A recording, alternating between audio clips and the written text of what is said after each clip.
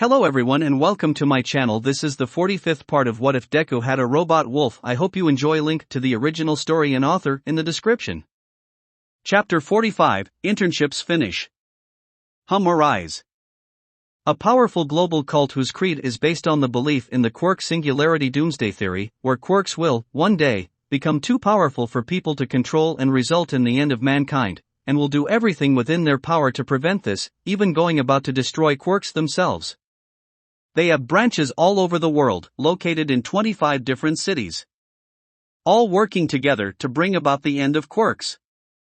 A goal now in jeopardy now that someone was currently dismantling their organization violently. The cult members lay dead inside one of Humori's branches in America. Their bodies partly exploded, coating large areas of the building in blood. There were signs of quick usage all over the building, but none looked to have deterred their attacker.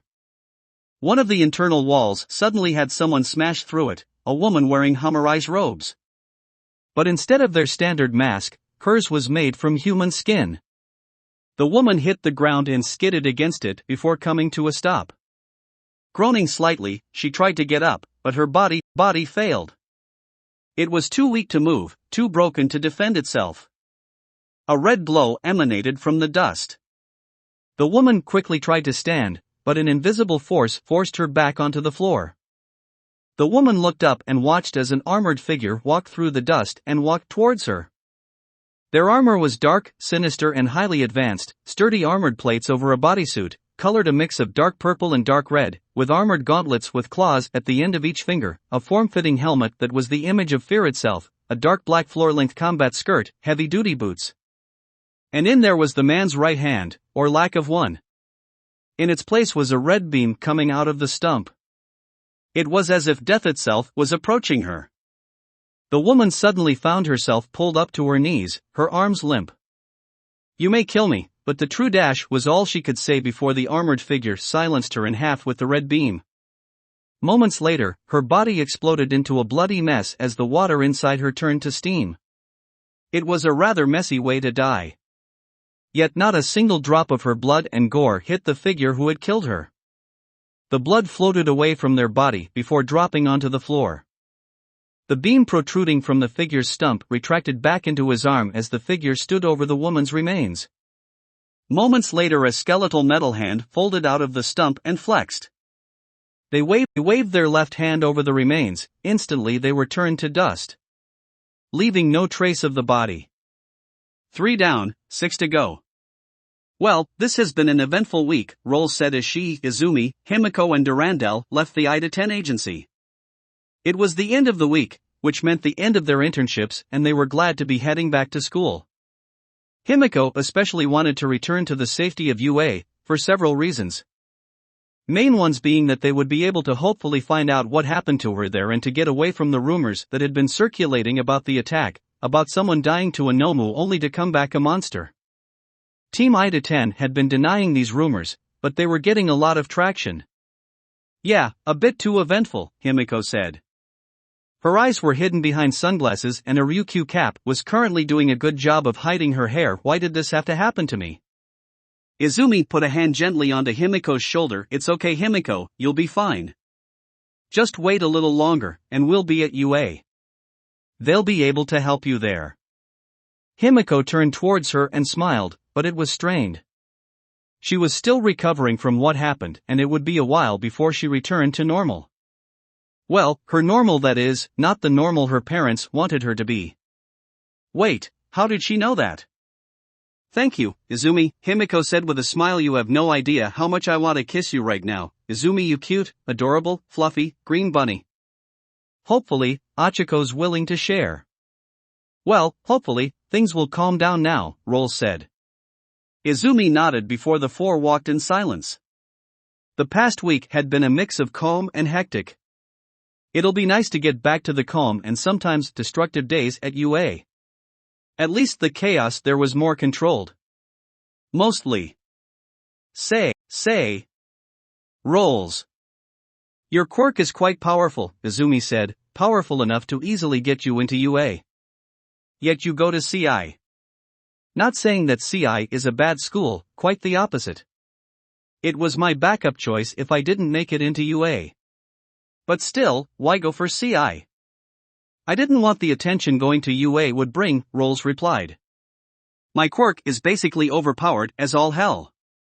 Telepathy and telekinesis in an OP combination, and going to UA would only draw unwanted attention towards me, so I went to CI instead. It helps that the school is full of cute girls. Izumi blushed whilst Himiko grinned, the latter completely agreeing with her. Such a powerful quirk would draw quite a lot of attention during the sports festival, especially unwanted attention. Plus, going to a school full of cute girls sounds good.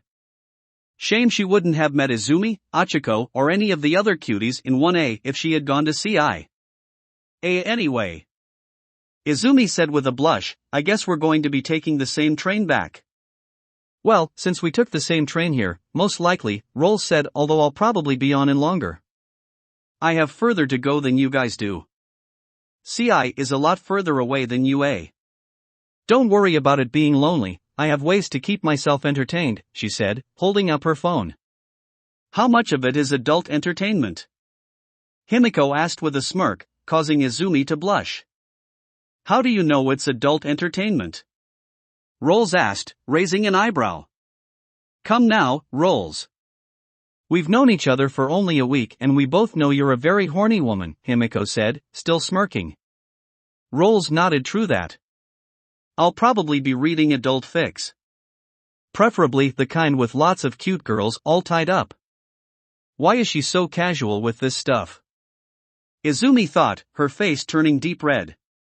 How can someone be so casual when talking about such erotic things? This isn't the kind of thing you just bring up in a normal conversation. Deciding that she really needed to change the subject before it went to places she didn't want it to. The problem was, she didn't know what to change it to. So she kept quiet and tried to drown out the rather lewd conversation by going over hero quirks in her head. All that ended up doing was make her think about how her classmates' quirks could be used in lewd ways, especially the quirks belonging to the other members of the Snuggle Squad. Achiko's could be used for some zero-G sports, Himiko's would be great if you were interested in self-sust, Momo's quirk allowed her to make almost anything, Sue's tongue could be used for some interesting things, as could her multiple arms, Nijire's could do the same, for different reasons. Mei, whilst her quirk didn't have the same potential, her babies on the other hand, did. And don't get her started on what she herself could do, because oh boy, if one of the comments, one of the vestiges was anything to go by, she was going to get a quirk that had some interesting uses. Hell, Roll's quirk had a lot of power perversion potential that would take several pages to go over.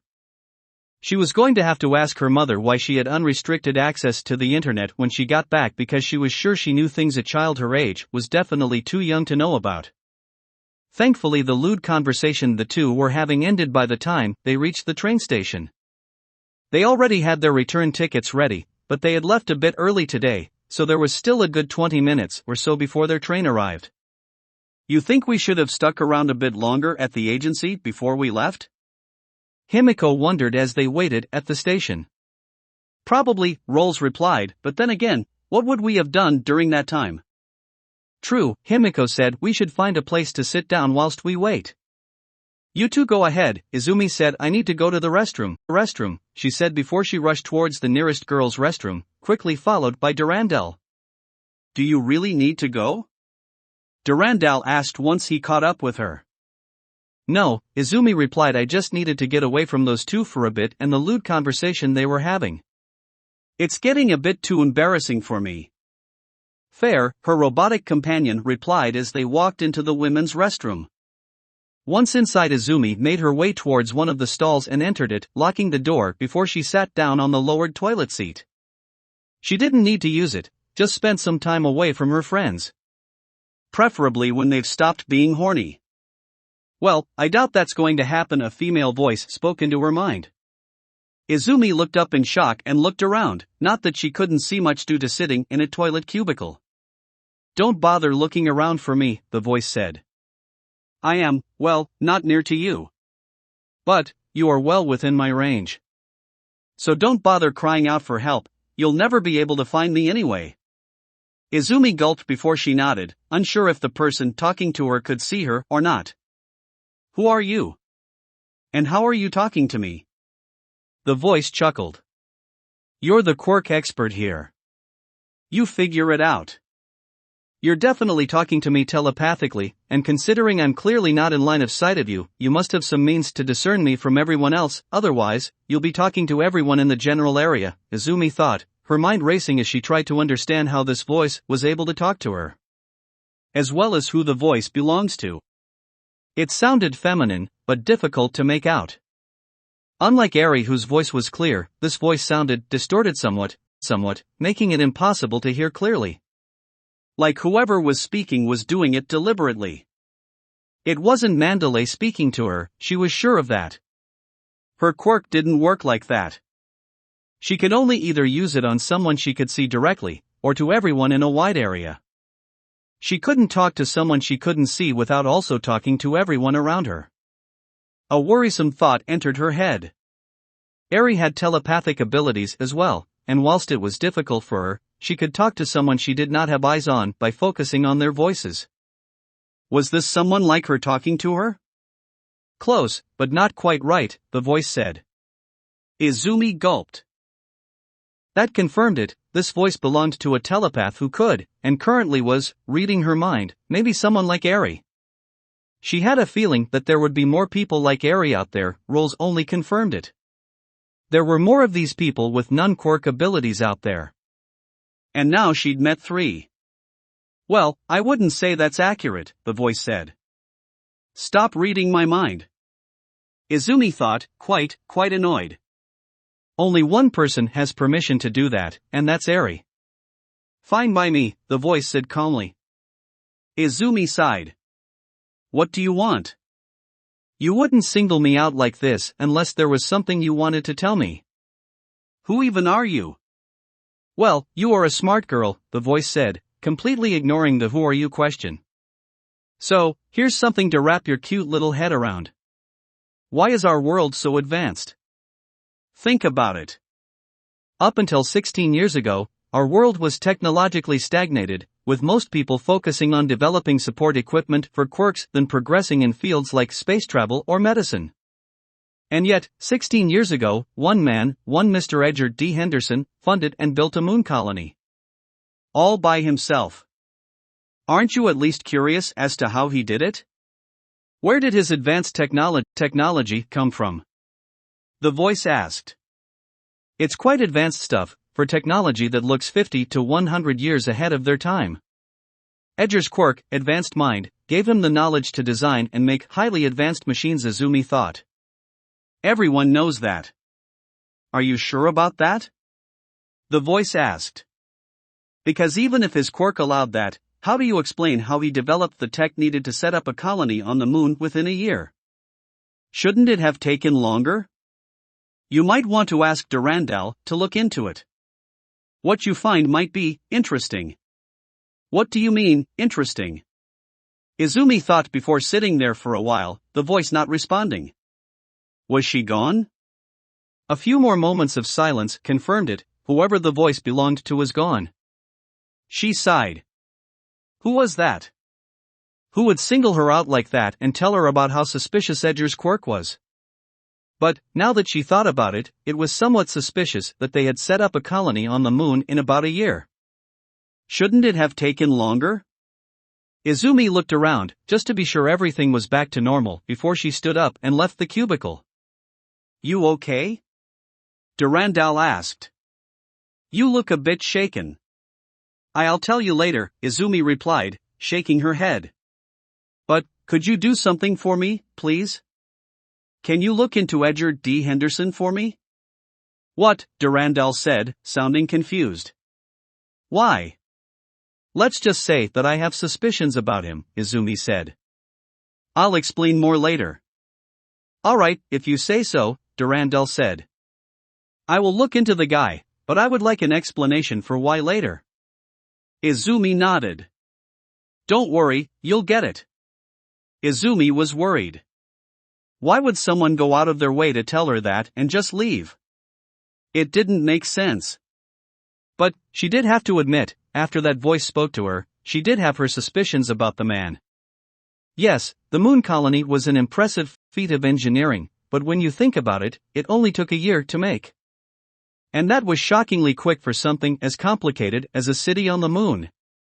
Makes you wonder, was someone researching this stuff in the background, or did someone help them? Izumi shook her head before she walked out of the toilets and made her way towards her friends.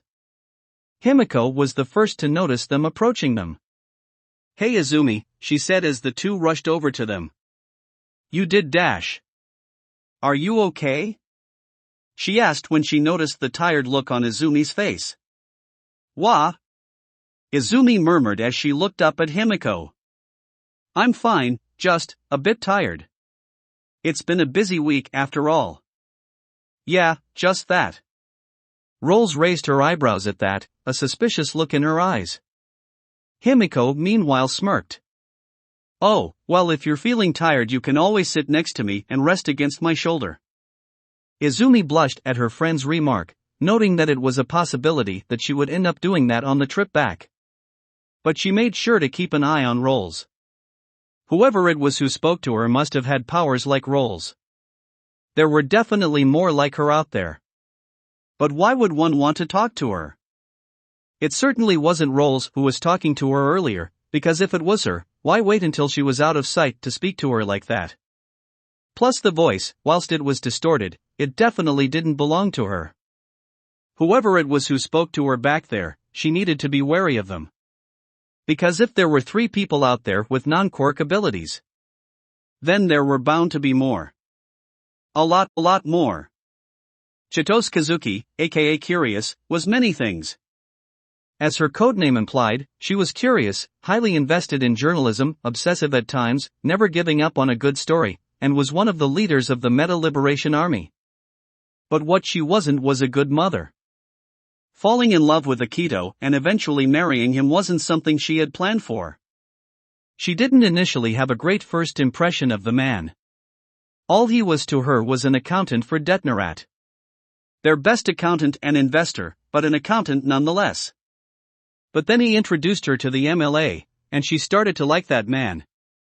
Then she paid a visit to the MLA's interrogation department, because there were always people out there who they would need to interrogate, either moles, double agents or other people they needed to get information out of, and her perception of the man changed, because he was also their head and best interrogator. It was shocking how versatile his meta ability could be. She didn't think the ability to place lights on any surface wouldn't be strong, but she was wrong because anything meant anything, including other people. His favorite way of getting information from someone was placing bright lights inside their eyelids. They could not blink or close their eyes without hurting their eyes.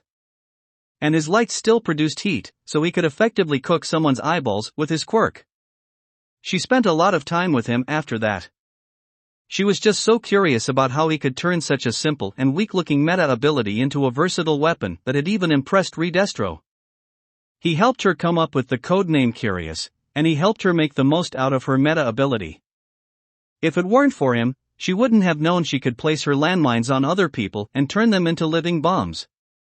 Not long after, she realized she was in love with the man. Falling in love came as a surprise to her. She didn't think she would ever find a man she wanted to spend the rest of her life with. And she certainly didn't think those feelings would be reciprocated. The day she married, Akito was the second happiest day of her life. The first was the day Chiharu arrived, her little bundle of joy. Sadly, soon after Chiharu's birth, Chitose got promoted and became one of the leaders of the MLA, so she couldn't spend much time with her daughter. But Akito agreed to look after Chiharu. She made sure to come around occasionally to check in on her daughter. And for a time, everything was great. She had a loving husband, a cute daughter, a well-paid job, and was a member of a secret organization planning on taking over Japan to liberate meta abilities. Life was good. Then the Avalon War happened and ruined everything. At first, they weren't all too worried about Avalon's forces. They were focused more on Europe, Africa and America, with the only Asian nation they attacked being Russia. So, most of the Asian countries felt safe from the war. Only to be proven wrong in the worst way imaginable. Avalon's invasion of the Asian continent was bloody and unexpected. The army was caught entirely off guard, something that shouldn't have been allowed to happen. The result was thousands dead on the same day. The Prime Minister of Japan said that the forces of Avalon wouldn't attack them. Had the Prime Minister survived the war, he probably would have been forced to resign. Akito died during the war. On the first day of Avalon's invasion of Japan, Avalon robots destroyed Detnerat's Tokyo branch office whilst he was inside. His body was never recovered. Chitose was broken after her husband's death. He had done so much for her. Losing him was a blow she had only recently recovered from. But her daughter had survived, and that's what matters most.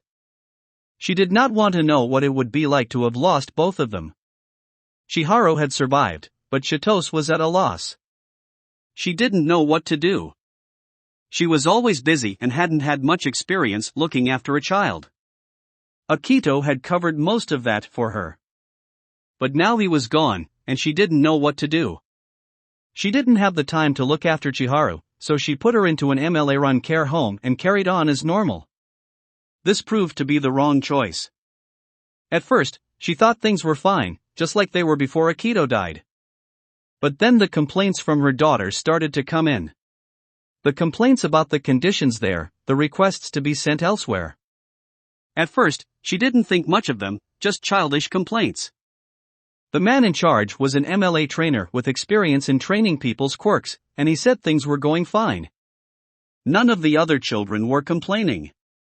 So she believed them for a time. While she didn't notice it at first, she saw the discrepancies as time passed. Each time she came around, Chiharu became more vindictive. Her hatred of her mother grew and grew. Her hatred of both the care home and her mother became more vocal. The people in charge of the care home had more and more strained faces whenever she was around. Slip-up became more and more common. By the time she realized the truth, it was too late. She realized what was going on there. Yes, she knew about the daily meta-ability training, but none of the staff was giving the children any information on how to develop them, expecting the children to work it out on their own. And what advice they did give them was inadequate. That's not how you train. You have people providing you with support and ways they could improve. These people provided these kids with nothing, and her daughter was sadly the only one to suffer from this because she didn't know she could combine her minds to make them stronger. It didn't seem to matter that the girl, her daughter, was the child of one of the MLA's leaders. No, all that mattered to everyone there was that her meta ability was perceived as weak. Redestro had a word with the people in charge of that care home, and even had a few resigned and replaced by people who wouldn't make the place feel like a shithole to the one girl struggling with a part of her meta ability. But by then, the damage was already done. Her daughter despised her now. She didn't want anything to do with her now. And it hurt so very much. Slowly, day by day, she was losing her daughter, and she wanted nothing more but to get her back. And then, on the day, Shueisha Publishing was supposed to publish a story on heroes and their side businesses. One she had spent weeks working on, by the way. Was also the day she found out that her daughter was interning with Iwabumi as a hero intern. That was the first time she had cancelled a publication. There was no way, no fucking way she was going to publish something that would indirectly discredit her daughter. That publication threw shade on both the hero, her sidekicks, and her interns, with the main focus being Iwabumi. You could not pay her to publish that publication. There wasn't enough money on the planet. Chiharu was all she had left, the last surviving gift Akito had given her. And she did not want to lose her too. That day was one of the worst days of her life. How could her daughter choose to become a hero without consulting her first? This was a major life-changing decision that came out of nowhere. She knew she fucked up as a mother, but she was still her mother. You don't leave her in the dark about a decision to apply for one of the most dangerous careers on the planet without telling your parents about it. And then a bunch of Stain followers attacked Iwabumi whilst she was on patrol with her interns. Chiharu included. She fainted when she received the news. She was scared, so goddamn afraid of losing Chiharu, just like she had lost Akito.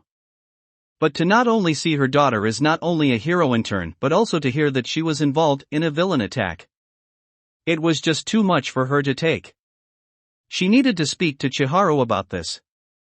She had to. That was all a few days ago. Chitose had taken a few days off and was currently staying in Mizudafu so that she could be closer to her daughter and be more able to contact her. But, no matter what she did or how many times she called her, Chiharu never responded. She didn't know what she was doing wrong. She was in the area, showing that she was available to be around her if she wanted her. But she heard nothing from her. Nothing. Did she do something wrong? Was it too late? Was her daughter already too far gone and beyond her reach? So, this was how she found herself here, in a bar somewhere in Mizudafu, drinking. She just wanted her daughter back to be able to make amends for her mistakes. But Chiharu just wasn't responding to any of her calls or emails. She knew her daughter was alright but wanted to hear it from Chiharu herself. How could she have allowed it to get this bad? This was her daughter, for crying out loud. She shouldn't have allowed their relationship to get so bad.